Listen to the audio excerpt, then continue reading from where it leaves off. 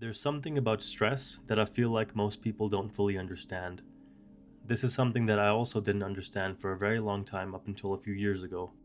And before I talk about this topic, I want to tell you guys that I want this channel to be super and 100% authentic. I don't have everything figured out, and so I'm making these videos as a way for keeping record of the things that I've learned within my life and the lessons and outcomes that have happened, over the years. Whenever someone is stressed out, the first thing people say is just change your mindset or think more positively or don't overthink anything. And the majority of this advice revolves around thinking or changing your thoughts, which, in my opinion, is only a minor solution to fix stress. The more I've experienced stress in my own life, the more I've realized that stress isn't just a mental thing where you can just reduce stress by changing the way that you think and changing your mindset. And look, I get the fact that our mindset and the way that we think is important, but it's not the main and permanent solution to free ourselves from stress and anxiety. For one, our thoughts are not stable. They're fleeting, they're transient, they're random, and they also come and go all the time. I can compare my thoughts and anybody else's thoughts to clouds and rain and snow and all of that because our awareness is like the sky and our thoughts are like the clouds and any type of weather storm within the air or atmosphere. So it's like the sky is always there and it's unchanging, but the clouds and everything within the sky, that's always changing, right? The clouds are moving by, and that's comparable to our thoughts because they're also moving and transient and they're never fixed. It's like one moment you feel all happy and positive and in control, and then the next moment, for no apparent reason, you just feel like absolute shit. I've seen this within myself so many different times. It's like all of a sudden a wave of stress and sadness just comes over me, and it's tough to let go of it sometimes. I mean, eventually it'll go away after a few hours sometimes, but during that wave of stress and anxiety and sadness, it's like no amount of positive thinking or changing my mindset will get rid of it.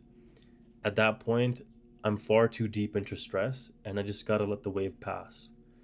So basically, what that tells me is that if you keep a positive mindset, that alone isn't enough to reduce stress and be calm. Because if you think about it, even if you convince yourself to think positively and change your mindset, having that positive mindset won't last and stay forever, right? Because I mentioned that our thoughts and our mindset, these are always things that are changing. And so because of that, the biggest cause of stress is actually our bodies. It's our physiological bodies. And I see stress and sadness and, like common patterns of anxiety as physiological problems. It's like a physiological mechanism, and there's something wrong with it. And the reason I think that the majority of stress arises from within our bodies is because our bodies are basically these big subconscious machines that have these subconscious patterns, and those subconscious patterns deeply affect our nervous systems more than our conscious thoughts ever will be able to. And the thing is, if your body is used to stress all the time, even if your mind tries to be calm and think of positive things, your body is going to pull you right back into stress. Your body becomes addicted to the chemicals of stress like cortisol after having experienced long durations of stress. And the entire time that you're feeling stressed out and sad, you're sitting there wondering, like, I thought I already fixed this, I thought I changed my mindset and I thought I thought my way out of these things. And so why is the stress back again? But the thing that we don't fully realize is that nothing is actually wrong with you or with the way that you're thinking. It's just that you're trying to solve a deeply rooted physiological pattern of your body with thoughts alone. And thoughts are too weak to be able to override that gut feeling that you have inside of you. And if I were to give another example of this, it's that there is this thing called the conscious mind and the subconscious mind. And now, if you have really deeply rooted issues within yourself, you can change the way that you think, and that changing will happen within your conscious mind. Or you can start to affect and manipulate and change your subconscious mind. The conscious mind is in control of your conscious thinking and day-to-day just thoughts that you have, but your subconscious mind is in control of your heartbeat, in control of the blood pumping through your veins. It's in control of your breathing, and your subconscious mind controls 90% of all the physiological mechanisms that happen within your body, right? And your conscious mind only controls 10% of that. And that 10% literally only consists of just your day-to-day thinking. And so when you try to change your mindset or you try to think positive thoughts, all you're working with is your conscious mind, right? In order to really reduce stress and stop that pattern of feeling upset and sad and anxious all the time, you have to slowly start to impact your subconscious mind, which is basically your body. I think we should think about it in this way. If your body is always tired, in pain, or your sleep is off and you're not eating right, then no amount of positive thinking is going to fully fix that, because your body is still sending signals to your brain that something is wrong and something is off. And the older that I get, I feel like my thoughts are influenced by the way that my body feels and not the other way around. And that's the part that I feel like not a lot of people fully understand. Your mind doesn't just control the way that your body feels. Your body is the main thing that controls your mind. And as a result, your mind is what decides how you feel. So it's almost like people become addicted to stress. Your body gets used to certain stress hormones. And like I said before, if you're constantly stressed out over long periods of time, your body adapts, and then the feeling of stress becomes your baseline. So even when nothing is wrong and everything seems to be going well, your body doesn't feel 100% right, because all that stuff that's going right is just a conscious aspect. The subconscious mind and your body is still conditioned to previous behaviors learned over time. When I started to realize that the source of my stress and anxiety is not my thoughts, but the patterns my body has gone through my entire life, that's when everything changed for me. I stopped watching those stupid motivational videos where people tell you to man up and they tell you to take over your emotions and tell you to be more confident and, like change your thinking and just change your mindset.